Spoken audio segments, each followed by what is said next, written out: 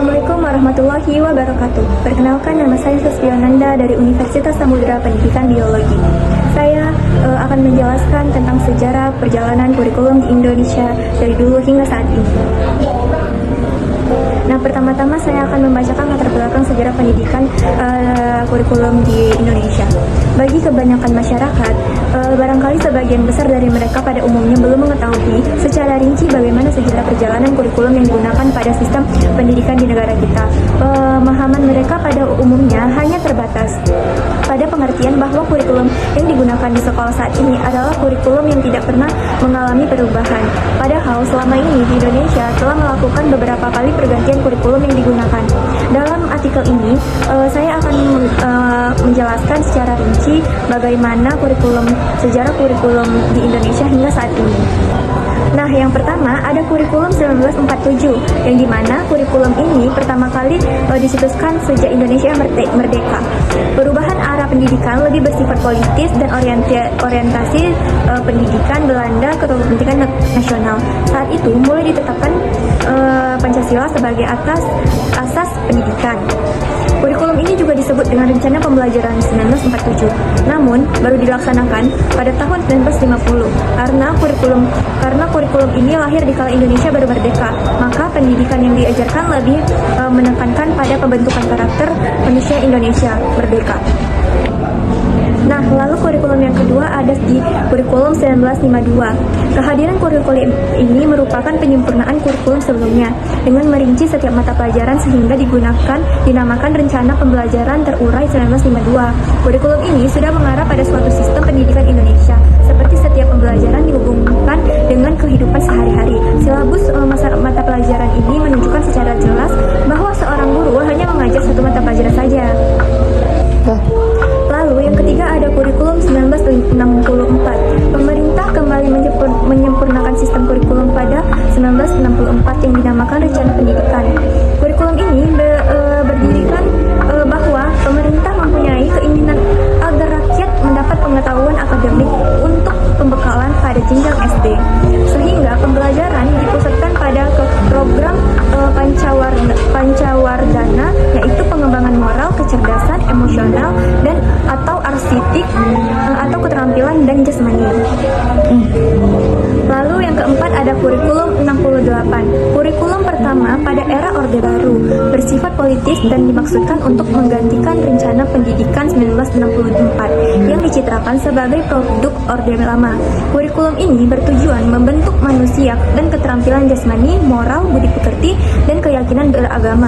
Kurikulum 1968 merupakan perwujudan dari perubahan orientasi pada pelaksanaan Undang-Undang 1945 secara murni. Cirinya muatan materi pembelajaran bersifat teoritis, tidak mengaitkan dengan permasalahan faktual di lapangan. Titik beratnya pada materi apa saja yang tepat diberikan kepada siswa di setiap jenjang pendidikan. Isi pendidikan diarahkan pada kegiatan mempertinggi kecerdasan dan keterampilan serta mengembangkan fisik sehat dan kuat.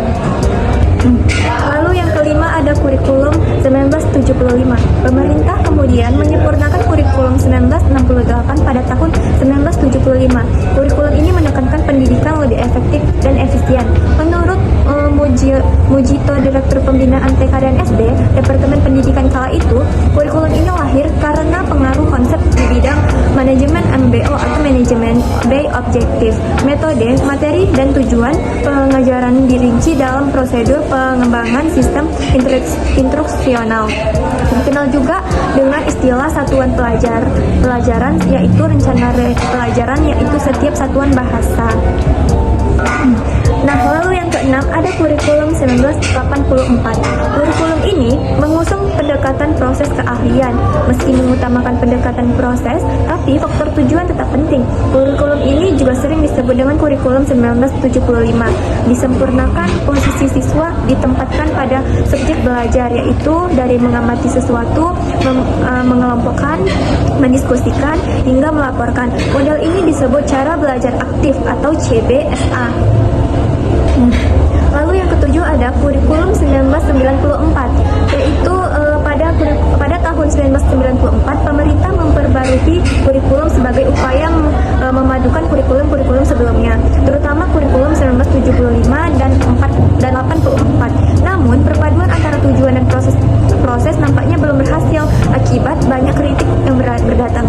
disebabkan oleh beban belajar siswa dinilai terlalu berat dan muatan nasional sampai muatan lokal seperti bahasa daerah, kesenian, keterampilan daerah, dan lain-lainnya.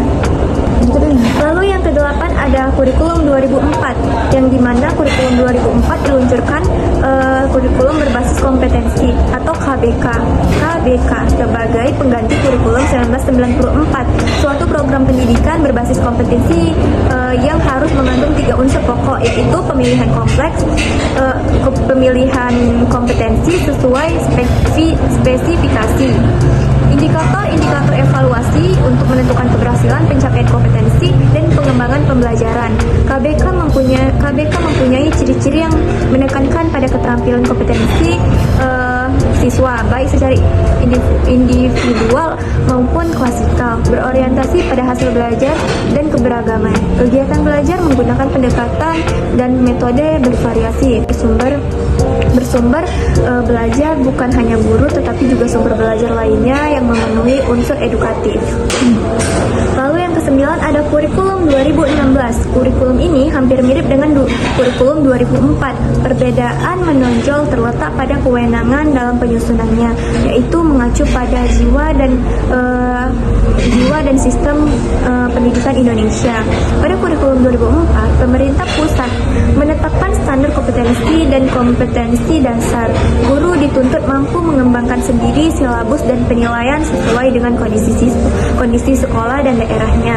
Hasil pengembangan dari semua mata pelajaran dihimpun menjadi sebuah perangkat.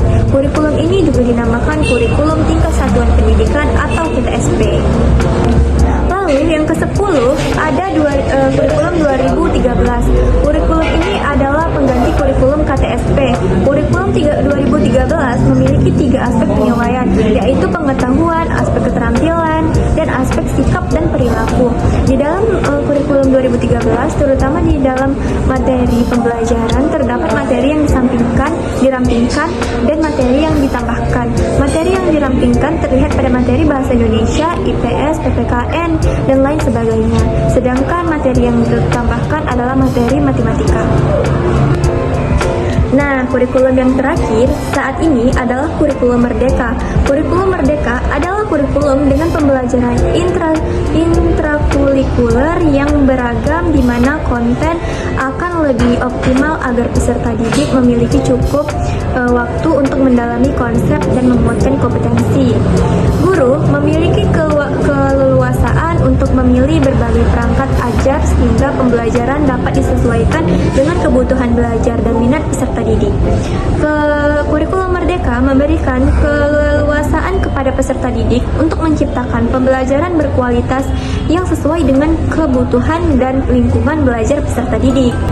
Nah teman-teman, jadi kesimpulannya adalah perkembangan kurikulum di Indonesia merupakan cerminan dari dinamika dan evolusi pendidikan dalam menghadapi berbagai perubahan zaman dan tuntutan global.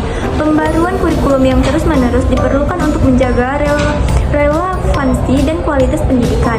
Dalam menghadapi tantangan masa depan, pendekatan pembelajaran yang berfokus pada pengembangan keterampilan, keberagaman, partisipasi, dan pemahaman terhadap sejarah perkembangan kurikulum.